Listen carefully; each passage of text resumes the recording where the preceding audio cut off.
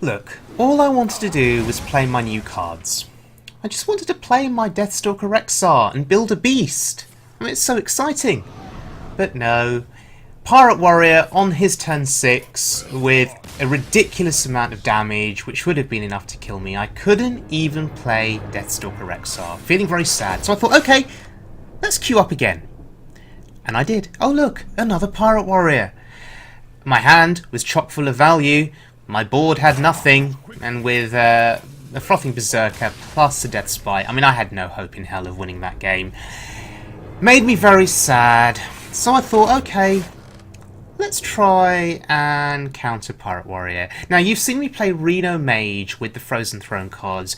You even saw me play Reno Priest with spare parts and Lyra, and that was an awful lot of fun. Now, this deck is Reno Priest by a player called HirschyKiss's from Reddit, so thank you very much for this deck. How does it work? Well, you've got your early game, obviously. Crystalline Oracle, Mistress of Mixtures, and All-Shire Cleric are your solid 1-drops. That follows into Potion of Madness, Doomsayer, and as you head into your mid-game, you have the likes of Deathlord, Parted Shredder, Shifting Shade, solid Death Rattle minions, which are pretty good. Your late game is pretty strong. Sludge Belcher, you've got board clears in Dragonfire Potion, Holy Nova, you can steal a minion with Entomb. Imagine stealing a Lich King, for example. You've also got Confessor Paletress. No one expects you to play Paletress in this meta, therefore she is a surprise. She has Taunt on her, essentially, because they have to remove her. So yeah, she's a sort of a surprise addition in this deck. It's pretty good in that regard. Shadow Reaper Anduin, Obsidian Statue, N'Zoth the Corruptor round out that late game.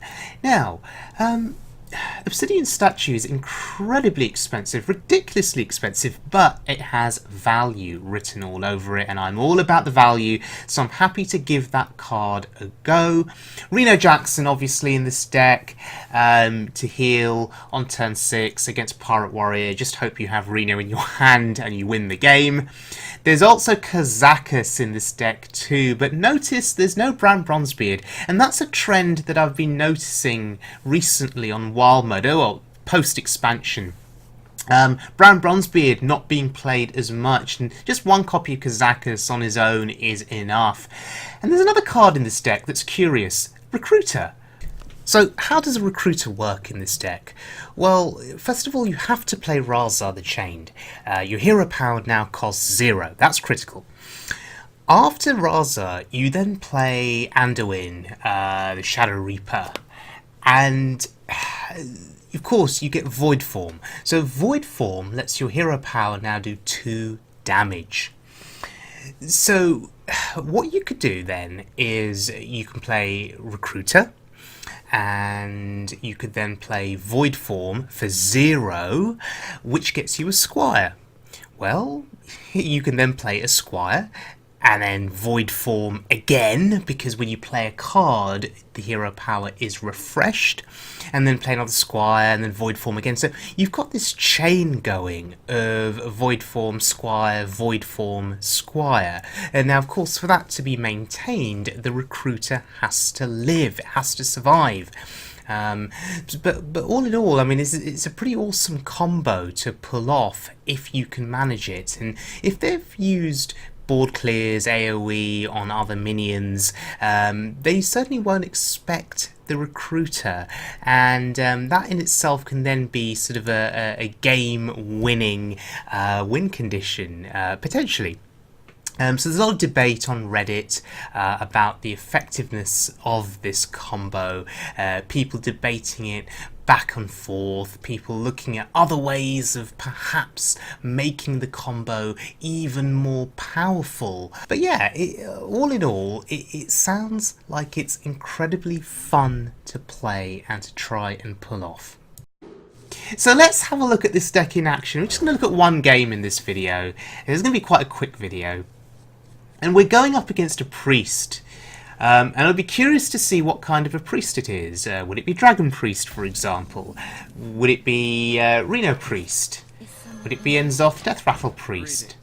One thing's for sure, they're all going to be playing that new Priest Death Knight, because everyone wants to have fun with the new cards. So, Northshire Cleric versus Northshire Cleric. Well then, here's my plan. I'm going to play the Loot Hoarder, and I'm going to bump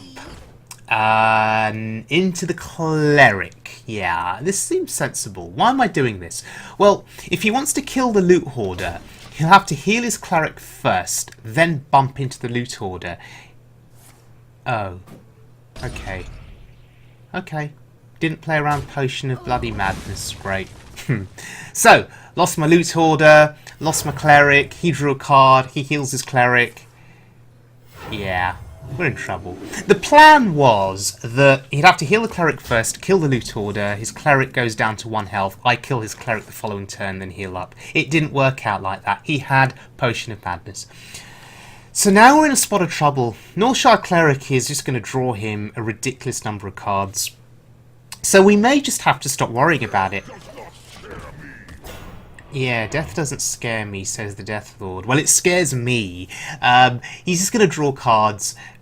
We can't do anything about that now. We just have to play what we can.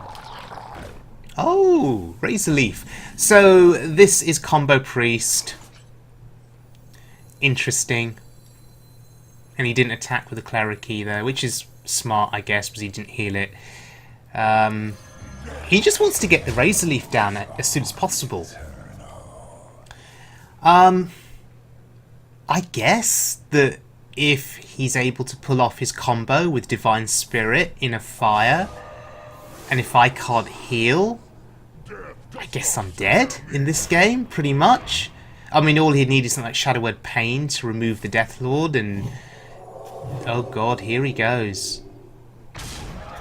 No Shadow Word Pain needed. Oh my god, that's bad too. That makes his spells cheaper. Alright, we need to start hunting. I guess Entomb is the pick.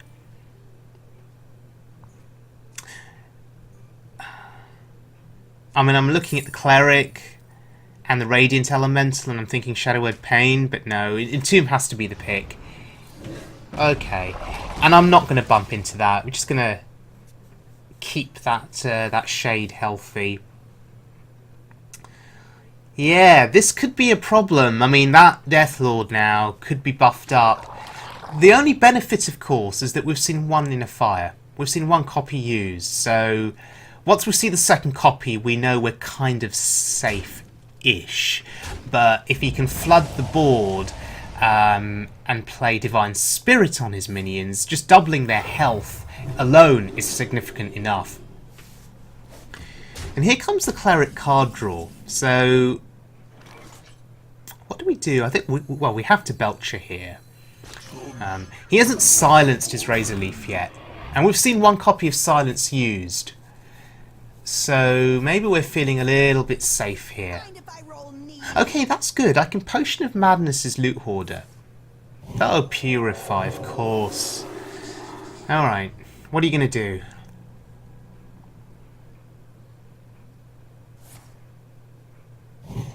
Okay, he values the card draw clearly.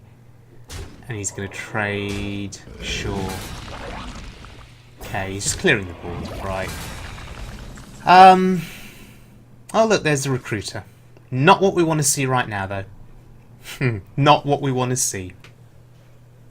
Potion of Madness for card draw could be interesting, but Potion of Madness on the Cleric is probably better, because we can't allow that Cleric to survive. Right away. But I want to get some value, right? So we're going to heal his Death Lord here. I know that sounds nuts, but better healing the Death Lord rather than the Razor Leaf. Healing the Razor Leaf could be bad news. And that 6-drop. Skulking Geist. Destroy all 1-cost spells. That's a card. Because we can get rid of his second copy of Inner Fire, right? And we can get rid of a second copy of Potion of Madness. That's also pretty good. Destroy all 1-cost spells in both hands and decks. removing that copy of Inner Fire negates his win condition to an extent. It also means that if he tries to play, I don't know, Shadow Visions to discover another copy of Inner Fire, he won't be able to do so. And he gives me the well played. He knows what's happened now. He's worked it out. No more Inner Fire for you, sir. So do I heal or play the crab? I think the crab is fine. We're not in danger of dying now. There's not enough damage on the board to kill us. And there's no Inner Fire. So Shadow Reaper Anduin is and the Recruiter in hand. We just haven't had Raza. Is someone injured? So we need Raza in order to be able to pull off these damage-based combos.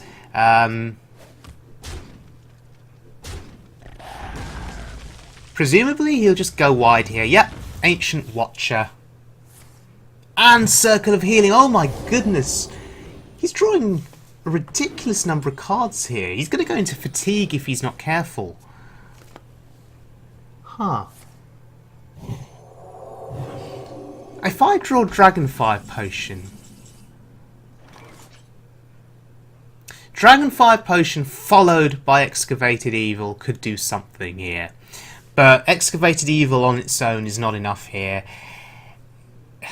That Razor Leaf isn't dying this game, that much is for sure. So, actually, I think I have to Entomb it. I need to remove some damage from the board. So, I guess I'm just waiting around here in this game. Waiting for an opportune moment, maybe to play... I don't know. Those 8 health minions are going to be hard to remove, so I guess I'm waiting for Dragonfire Potion into Excavated Evil. You wish to live forever. Or at least Excavated Evil into Holy Nova to do 5 damage. But what does that do? Well, Shadow Word Pain is helpful here. Do I have to Reno? So, we could Shadow Word Pain.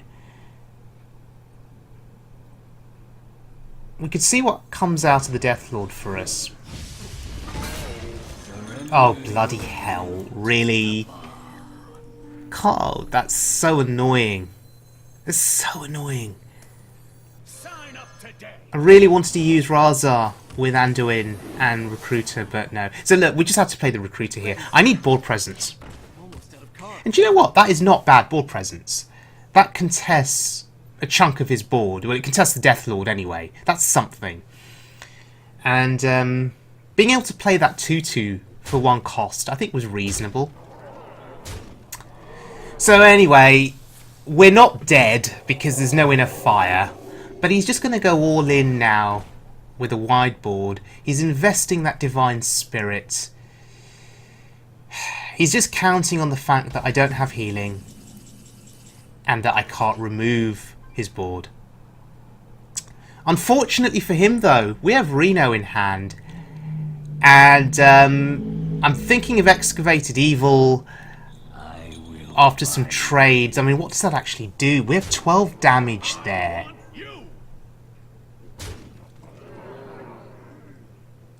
It's not enough to kill the Deathlord. It's not. So we're just going to trade anyway.